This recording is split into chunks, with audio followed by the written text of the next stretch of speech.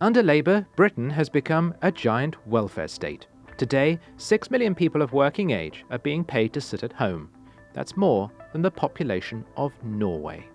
We now have 1 in 4 people self-reporting as disabled and GPs writing an astonishing 30,000 sick notes a day. How on earth did it come to this? Don't we want to stop this growth? Yes. I mean, that to me is the key thing. It is rather than government playing this catch-up of, oh, suddenly everyone's presenting with these problems, therefore how can we make sure the right money gets to them, isn't the issue that we need to have a conversation about why such vast numbers of people, particularly young people, are suddenly presenting as being mentally ill. So, Tim, I was at Glazier's Hall in London Bridge today, not because I've decided to take up another role in addition to being here and at GB News and start doing people's double glazing, but because Kemi Badenoch was there doing her Benefit Street speech. Right. So the Conservatives are now going to reassert themselves as the party of workers against Labour being the party of shirkers. Mm-hmm. And she came out with a couple of killer stats that I'd like to share with you. The first of which is this. There are 6 million people of working age claiming benefits instead of going to work. And that is more than the population of Norway. Wow. In the UK. That's stat 1, killer stat 1. That's both shockingly high, but also, in the case of Norway, surprisingly low. Yes, so Norway's population bigger than that. Is 5.6 it's all fjords. million. It's trolls and fjords. It's trolls and fjords. And the second stat, which also has a little bit of a geographical theme, is that there are more children in households where no one works in the UK than the entire population of Estonia. Wow. Which is 1.4 million. So just to up sum, as they say in mathematical circles, we've got 6 million people of working age not working, and that's more than the population of Norway, and we've got more workless households than the entire population of Estonia. This isn't great, is it? No. And the trouble for Labour is that, yes, there was a problem with welfare and welfare claiming under the Conservatives, and you and I both know that it was exacerbated by COVID. Not just because more people were claiming benefits, but also it encouraged the spirit of furlough, being paid not to work, and it created a boom in remote working, and it created a sick note culture. And we didn't just see that in workplaces, we also saw that in businesses. So we had a kind of growth industry and GPs just simply signing people off sick, probably because they didn't have time in surgeries to go through people's individual problems because there was such a waiting list backlog. So would you believe that 30,000 people receive a sick note from a doctor every day in Britain? I mean, that's another staggering statistic, isn't it? So this is the nub of what we want to discuss today, which is the shift from this being a problem of general unemployment, people can't get a job or don't want a job, to an issue of people signing off because they are ill. Yes. And how has that happened? And what will the Tories do about it that Labour isn't doing about it? Yes. So let's start with the question of, has the welfare problem actually grown in the last few years? Because what Labour like to say is that if you take the 30-year average, the non-pensions benefit bill hovers at around 4.8% of GDP. So in other words, whatever they're spending now, whoever they happen to be spending it on, they're spending about the same percentage as they have done for the last 30 years. Okay, and I think the counter narrative to that is, but the nature of the worklessness, if we can put it like that, has changed. So even back in 2012, where there was an unemployment rate of 8% versus today's 5%, more people were actively looking for work. The trouble with what's happened under Labour is twofold. You've got unemployment having gone up every month since Labour took power, which is problematic. And at the sharp end of that, we have youth unemployment that has risen by 1% since Sir Keir Starmer became Prime Minister. Now, we have had a recent announcement about increasing apprenticeships and all the rest of it. But the hike to the minimum wage has made it more expensive for employers to employ young people. So we now have 1 million young people not in education or employment. Mm-hmm. That's a consequence of there being 160,000 fewer jobs in the marketplace because of a squeeze on SMEs and on businesses so that they cannot afford to employ more people. We're going to get onto the Employment Rights Bill a little later in the podcast and discuss what effect that might have. So we've got a bit of a contradiction here. Labour are talking about lifting 500,000 children out of poverty, but what's the point of doing that if at the age of 18 you can't get a job? We've then also got lifestyle changes which have caused absenteeism at school to rise, which has caused generational worklessness. So it's all very well talking about it per share of GDP. That doesn't quite take into account the fact that there's been this habit of importing cheap labour that's undercut British workers, then disincentivise people from having minimum wage jobs.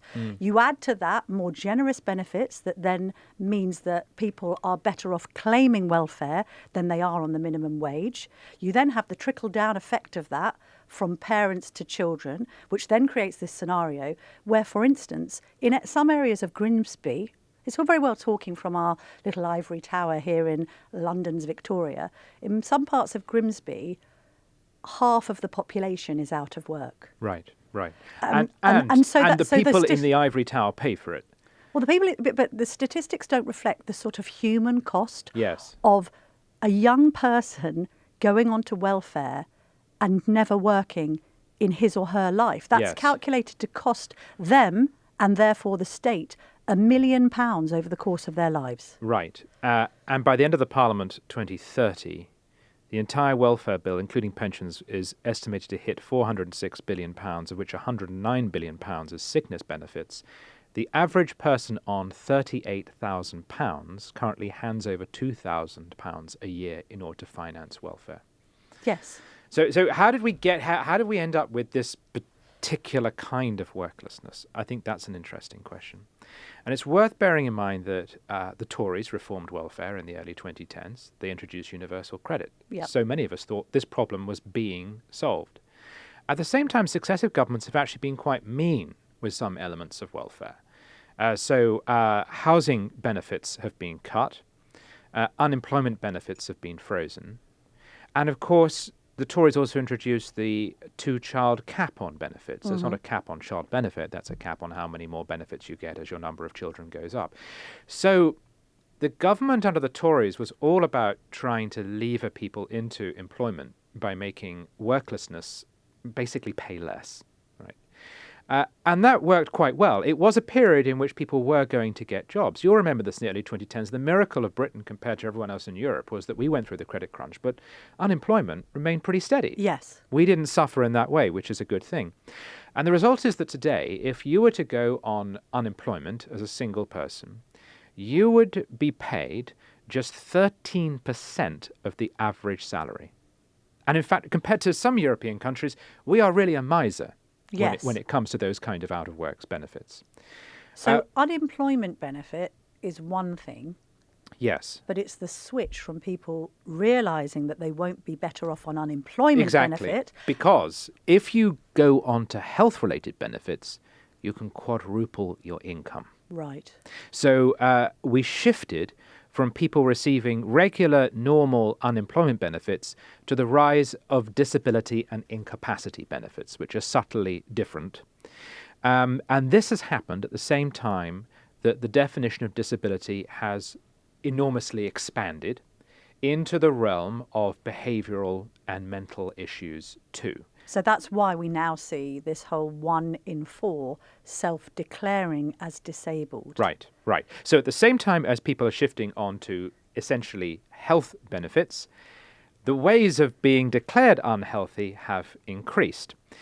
So today, 1 in 7 working-age Britons claims to have a mental or behavioural disorder, which is up by over 50% in the last decade. And within the disability benefits system, I'm getting these numbers from The Economist. Within the disability benefit system, 44% say they have a mental condition, which has risen from 25% in 2002. Wow. Well, that directly correlates then to the rise of smartphones and social media, doesn't it? We can and we must have a debate about what has caused this. And if we are to assume it's real and that people aren't just faking, and it's become harder to tell if people are faking because of the way in which things are assessed. Yes. So pre-pandemic, if you were applying for PIP, 80% of people applying for it had to meet someone in person to be assessed. Post-pandemic, last year, that figure slumped to 2%. Wow. Of assessments were made face-to-face. The rest were made over the phone. So, but if we just put aside for one moment, and we'll come into this, people just scamming, and we assume that, in fact, we have become more mentally ill, I am surprised governments are not having a more serious conversation about how on earth that has happened. It tends not to have happened in European countries, most of which have not seen a parallel rise in people applying for incapacity and disability benefits. No. It tends to have mostly happened here. But let's assume it is iPhone. Let's assume it is COVID and the experience of that. Yes. Maybe it's a bit of Brexit. Everything this week is down to Brexit. Maybe it's the election of Labour. Maybe it's the election of Labour. Maybe it's Keir Starmer. Every time he appears. Did you see the staff at McLaren? Yeah, they didn't look happy. I would guesstimate that about 80% of those will be signing on to PIP. They'll be getting a free McLaren car. They'll be getting claiming benefits because they had to sit through a Keir Starmer speech. Right, exactly.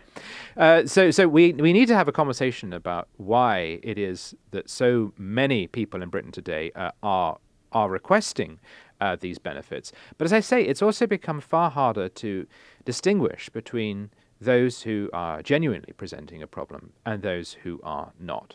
But surely the Europeans aren't suffering as badly as we are when it comes to claimants, because they're less generous with their interpretation of whether a mental health condition necessitates benefits. Right. So it could be that we are suffering from a mental health crisis. And I think we see that in young people.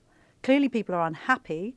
They're going to their GP to get signed off work in increasing numbers. They're claiming sickness benefits in increasing numbers. And specifically, they are claiming them for conditions like anxiety. But what's changed is they're now able to claim benefits where they weren't before. Now, just purely speaking on the basis of ADHD, of which I've got a great deal of personal experience. ADHD, even in its most severe form, which I've witnessed firsthand, does not preclude you from working. Right, right. Okay? It makes life quite complicated. It makes it difficult for the person suffering to organise themselves, to schedule things, to be on time, to stay focused. People with ADHD can have periods of what's called hyperfocus, where they can't get away from the task in hand, literally for hours. It's a complex condition. It is a spectrum and all the rest of it. But my concern about the system is as follows. We've had a look, haven't we? We've had a look at the government website when it comes to claiming both PIP, personal independent payments, for conditions like mild anxiety and ADHD, and we've looked at the system for access to work, which is where you can claim for technological devices and other state-funded sort of equipment and help that could help you work better if you're neurodiverse. The problem with both of those systems is that you do not require a diagnosis. Formal diagnosis. A formal diagnosis to claim for either. Now, I would question even those who have a formal diagnosis of ADHD or mild anxiety claiming any benefits at all. But if you are not required to have a formal diagnosis to get things like very expensive noise-cancelling headphones and other devices, then of course it opens the system up to abuse. And we know the system is being abused despite claims that there is no fraud in the welfare system, because we can go on TikTok at any available moment and find a sickfluencer literally telling people how to game the system in order to basically get free stuff. I do want to say, I think some people with ADHD probably can't keep down a job. And of course, some of the benefits are designed with the very best of intentions to help you to get a job, so that you don't just sit around at home all day. And the principle is a good one, that if we give you a little bit of cash to enable you to get to work, then we save money in the long run on unemployment, but also maybe that'll be part of the process of you overcoming your condition if it's one that can be overcome. ADHD is neurological rather than psychological, so it probably can't be overcome. But nonetheless, it's all part of the process of healing and therapy, etc. So I think it's very well intentioned. Well, it can. My only just caveating that. If somebody presents with ADHD at the GP and says, I just cannot focus on my job, I'm really, really struggling, the GP will prescribe Ritalin or another substance that does help ADHD patients. There's a clinical evidence base to focus for periods of time, whether they're on short release or long release. So what I'm saying is it's a treatable condition that should enable people to get back into work. The other thing about mild anxiety and depression is the statistics suggest that you're actually better off working. If you want to help cure... Yes. So this statistic is interesting.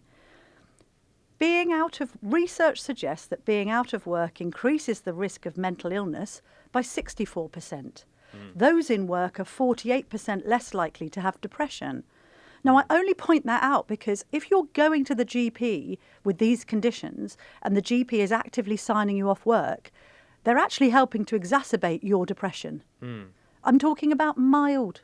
I'm not talking about severe. Yes. But these concepts like mild versus severe, I suspect is one reason why the advice seems to suggest you don't need a formal diagnosis, because that diagnosis is very hard to get, and because the benefits are supposed to be directed not towards you've got this condition, so box ticked, you get this, but rather, well, what is it you can't do that we require to give you help for?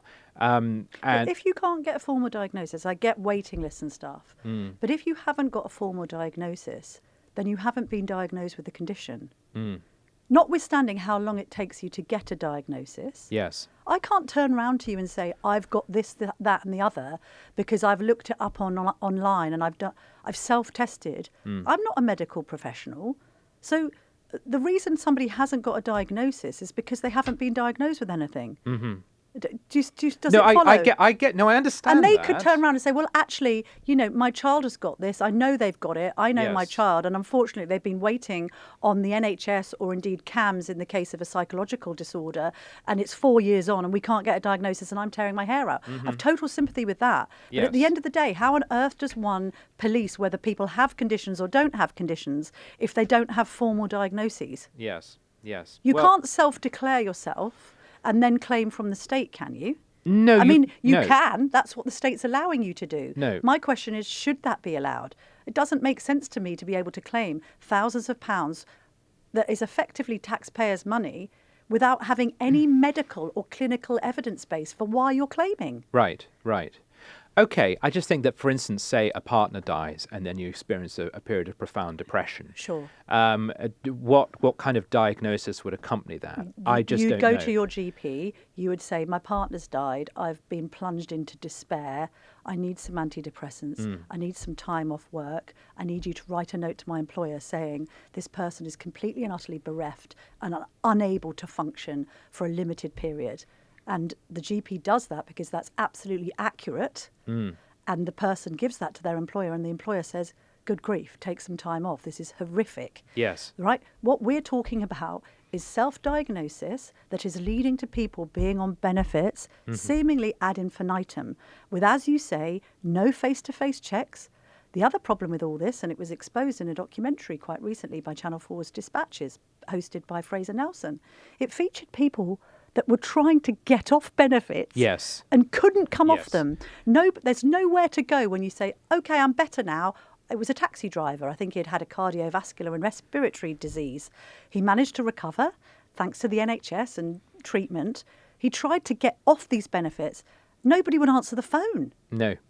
But also it used to be the case that you would risk your benefits if you were looking for work. Yes. And that's one thing the government is trying to change. So what the government did was it actually uprated some benefits, which might surprise people, a little more generous. But then I guess if you want people to shift from the culture of being on incapacity or disability to one of being briefly unemployed and moving to work, that makes sense. Uprated those benefits and then said you have a right to try. You have a right to look for work without threatening your own benefits. So they would say they're trying to do that. The problem is when it came to the welfare bit, they're all carrot. they ain't any kind of stick. Yes. And they attempted to shave a minimal amount, 5 billion off the bill with their last welfare reform bill. And of course, they had to pull it.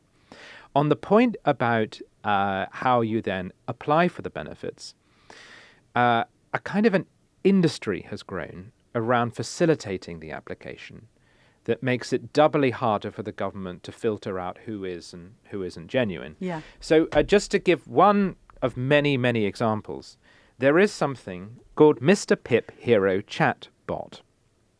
Now you go into this and it answers all of your questions about how to make an application, and it gives advice on what to say in order to avoid losing out. And if you go into this thing, you can put your questions to it and it can help you to navigate applying for PIP. So, just to give one random example, if you ask it to help you with quote-unquote trick questions put to you by the interviewer over the telephone, it will say an example of a trick question. A trick question is the interviewer might ask, "How are you today?" And the bot says they want you to say fine, which they write down as no distress. So what they recommend you do is to describe your symptoms today, not just to be polite, and say, for instance, "I'm doing my best, but today is a difficult day with pain/fatigue/anxiety." They may ask you, "What did you do yesterday?" Again, here it warns you they're looking for inconsistency. So don't then say, "I felt great yesterday." Yes, yesterday was fine. but instead, yesterday was a low-function day. I mostly rested and needed help with. But then I go back as well to the forums we looked at this morning, and all of the advice on these forums is basically best summed up with this one line that we found on one. It's not about the diagnosis. It's about how you claim the symptoms affect your everyday life. Yes. But again, it's problematic. If people weren't gaming the system in inverted commas, why would somebody like Whitney Ainscough, who allegedly makes almost £500,000 a year, showing social media followers how to exploit the benefits system? She says she'll never get a job. She shows followers how to speak to the Department of Work and Pensions to max out their payments, claim Motability cars, and even get free phones. She shares a screenshot of her weekly benefits entitlement in one of her videos. It may be that this woman is disabled, but, I mean, weirdly, she is working, isn't she? She has a job. She has talent. She has something because Perseverance. she's able to advise people how to try and claim benefits. Yes. Maybe we should try and get her inside the Department of Work and Pensions to root out those who may not be genuine. But that in itself is extraordinary, isn't it? Yes, yeah. If we go back to the reforms of Ian Duncan Smith in the early 2010s, universal credit, all of this was designed to weed out this kind of stuff, really. It was to make benefits simpler, more transparent, to make sure that you get what you deserve, but the whole process both works for you but also for the state, because it should be avoiding these kind of pitfalls. Instead, what's striking is that the more complicated life becomes, the more the technology catches up with it and the new ways there are to get around things. Well, look at this as an example Allegedly. of the response, for instance, to Kemi Badenoch saying what she said. And she did have to take a question from The Guardian, is your language around this acceptable? Are you not stigmatising people with disabilities and disorders? This is from Scope, the disability equality charity, who basically says, the benefit system is complex and hard to understand. Deciding how disabled people are supported based on outdated thinking and flawed assumptions would be a recipe for disaster. It can be incredibly hard to know how to access support, and many disabled people give up. Many are reduced to tears, left broken, and have nowhere else to turn. But it's precisely because the system is so complex and difficult to navigate that we need to restore order. We need to get back to face. Yes. Because I had a dinner last week with somebody that was involved in an autism charity, and the charity concerns itself with trying to support severely autistic children who are largely non-verbal, have no hope of being in mainstream education, and will struggle to find work later in life. Yeah. And he says that these children with severe disabilities are suffering because of the false equivalence now with people who have mild autism actually more or less able to claim the same in benefits. Now, there has to be a distinction. We've talked about this before. There has to be a distinction, surely, between the sepsis sufferer who has lost both legs and an arm and somebody with ADHD. And at the moment... Accepting there are some people with ADHD who really, really can't function in a work environment. But if it's a complex system that appears to have become completely unwieldy, then surely we need to restore order by first of all making sure that those who are assessing all of the claims are doing them rigorously. The other thing is we've had concerns and we've had reports of targeted-based welfare assessments. Right. You know, people that put people on welfare getting a bonus for it. Yes. Well, how does that help? Yes. And, you know, I want to stress that the chatbot thing, even the influencers, there is an argument, as Scope is suggesting, that the system is so opaque and complex, and it really is. It's very difficult to figure out what you're entitled to and how to go about getting it. There's a case for saying that what these things are doing are not encouraging people to cheat by any means. It's helping people who are vulnerable and might struggle in these situations to know how to navigate it and to give the answers to get what it is they're entitled to. But it's pretty obvious it could also be used by people who are not entitled to those things in order to coach them to get access to things that, if they were being very honest, they don't really need to have. Either way, what the welfare system is it's not personal, and it doesn't seem to be really tailored to the individual need. It seems to be impersonal, trying to deal with vast numbers of people, and plainly it is failing at distinguishing between those who do and don't, because the bill has grown so enormously. And to go back to our conversation earlier about what's caused this, is it COVID, iPhones, don't we want to stop this growth? Yes. I mean, that to me is the key thing.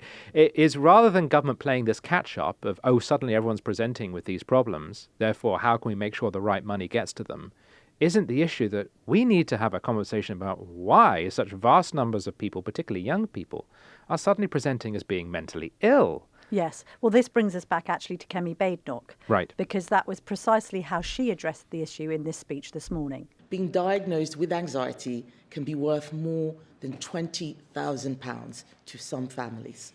A lot of people don't know the scale of the problem. A lot of people don't know how bad it is. Quite simply, our sickness benefit system was not designed to handle the age of diagnosis which we now live in. So we are also going to review which conditions the state treats as disabilities when it comes to benefits. All of us will have physical and mental challenges at some point in our lives. All of us will. But in an age in which 1 in 4 people now self-report as disabled, it's clear that we are now going to have to draw a line on what health issues the state can support people with. The government can't do everything.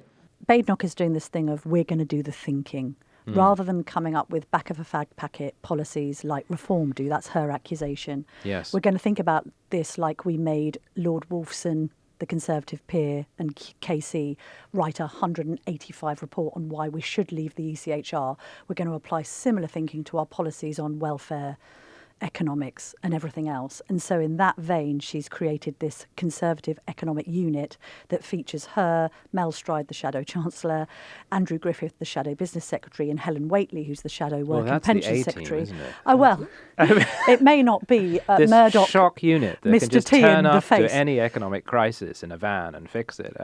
I appreciate your cynicism, but I think what she's trying to say is Yes, we're I going get to the properly think through what we suggest is a fix to all this. She was very much trying to convey the message, we're trying to inspire hope here. It doesn't need to be like this. We're not going to be all doom and gloom like Labour.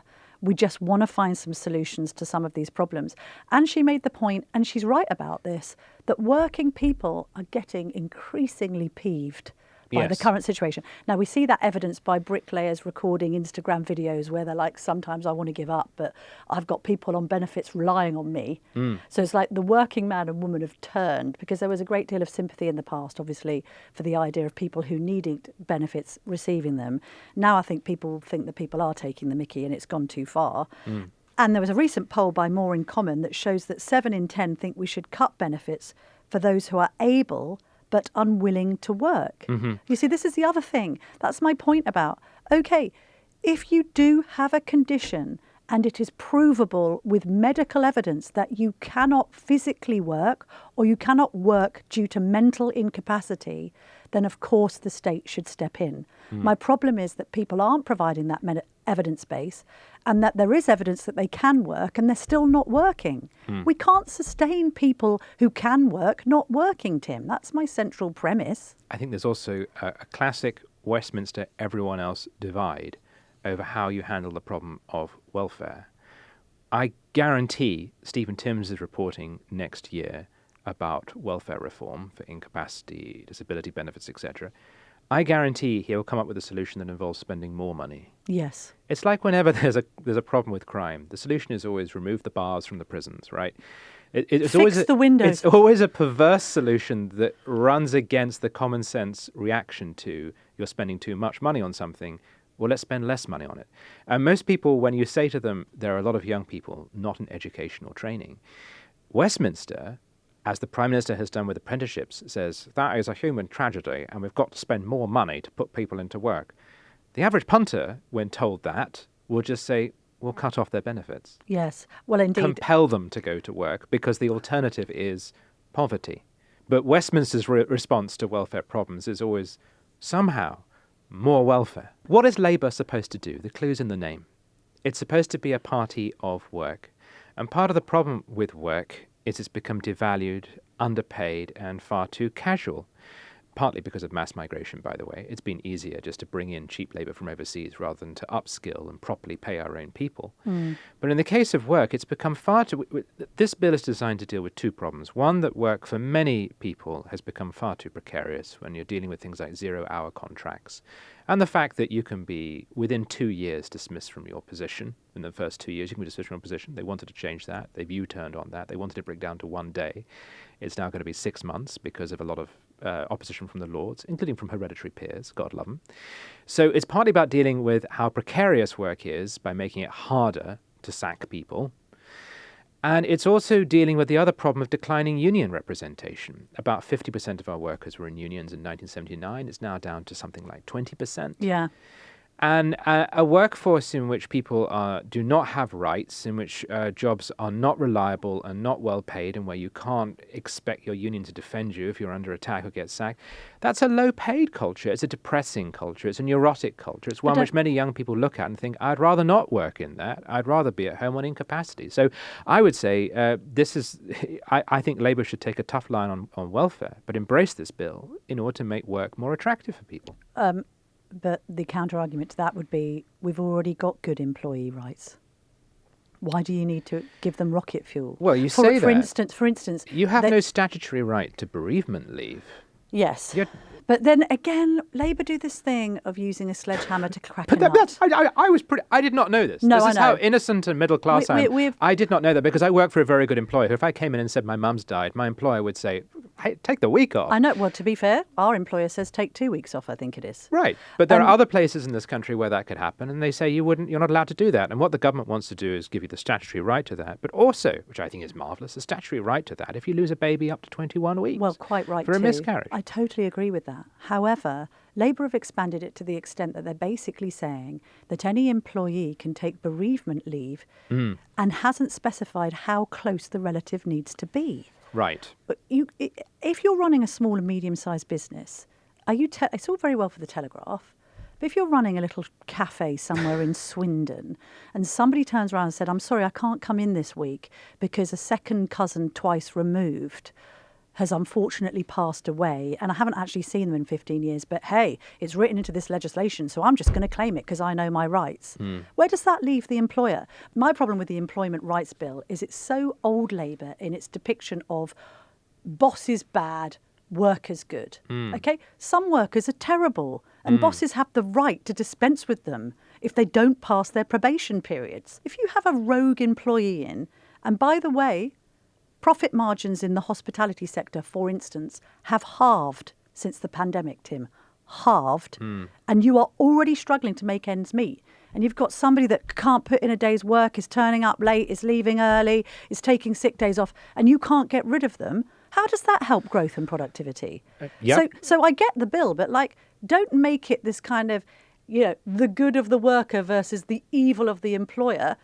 it's employers in this country that create jobs and wealth that put food on the table of the working man and woman. Yeah, but I also think I think it's unfair to say employers all bad, workers all good. But I think it's unfair to suggest that workers are potentially all bad as well. No, I'm not for a minute saying that. In the case of the relative and the bereavement, there are some people who, indeed, their distant uncle may well be the person who raised them. It might not be defined within law as an immediate person. There be more specificity about that? I just don't believe there are millions of people who are going to start taking days off because someone very distant in their family has died. I don't believe that. Tim, people take duvet days because they can't be bothered to come in. To give another example, I've always thought in this country it's shocking that you had to work, that if you are ill, you have to wait 4 days before you get statutory sick pay. So you don't get paid for 4 days when you're ill. That's bizarre. So the government's just saying, no, it's on day one. These things seem reasonable to me. And yes, it's true, business will take a hit. But the counter-argument is that the working class has taken a hit for 30 or 40 years because of low union representation and poor regulation. I love this sort of capitalist versus socialist argument we're having here. But if businesses it's not socialism, it's about making work pay. But if businesses take a hit and they have to lay people off, you're then basically they can't. That's the joy of it. No, the business. No, what happens then is the business goes bankrupt and more people lose their jobs. This is again the argument against raising the minimum wage in some sectors where it actually means people will lose their jobs.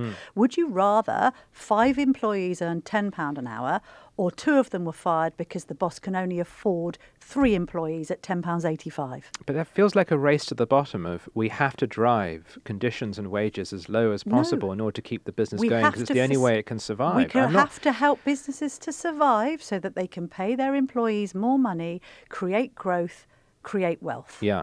That, again, I'm channeling my inner Badenoch, but the central point of all this is just go full circle in this conversation between working and worklessness, especially with all of this rhetoric around lifting kids out of poverty. The first thing people say is I'm trapped on welfare because if I left it, I would be earning less. Yes. So this is not a socialist point to say, let's make work pay more, make it better protected, but also take reform's point.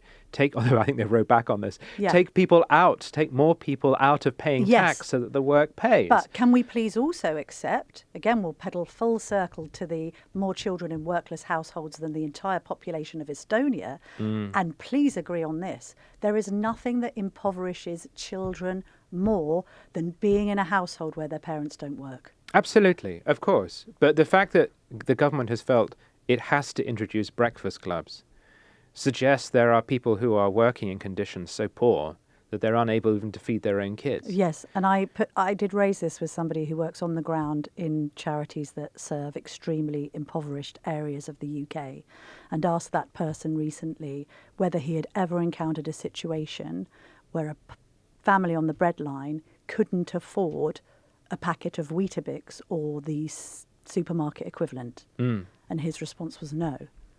Because a packet of Weetabix costs £4. Yeah.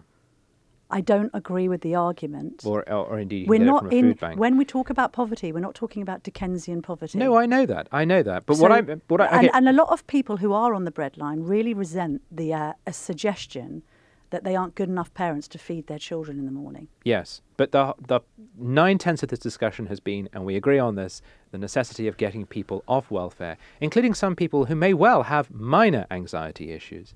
I just think if that's what we're asking people to do, it is unfair to ask them to go into a world of work which is highly stressful and precarious and poorly paid. Labour, when it talks about impoverished households, are talking about households on benefits. And we've just agreed that you can be better off on benefits than not. So if you're on benefits, you certainly can afford the Weetabix. Yes. Which is problematic for Labour because it's opening breakfast clubs for children, it says, who aren't given a Weetabix in the morning. But the reason they may not be given a Weetabix is because their parents aren't getting up to give them breakfast, because they don't need to, because they don't have a job. Who wants to start the day with Weetabix? It's horrible. Oh, it ticks all of the green. Oh, of course it does. It's like it's fully 5 green ticks. Yes. There's no amber or red in there, Tim, which is why I guzzle it down every morning along with the odd occasional bowl of porridge. I think Britain would be happy if we were all on sugar puffs. Well, that's because you're somebody that goes and gets a pan of raisin every morning from the cafe outside. Right.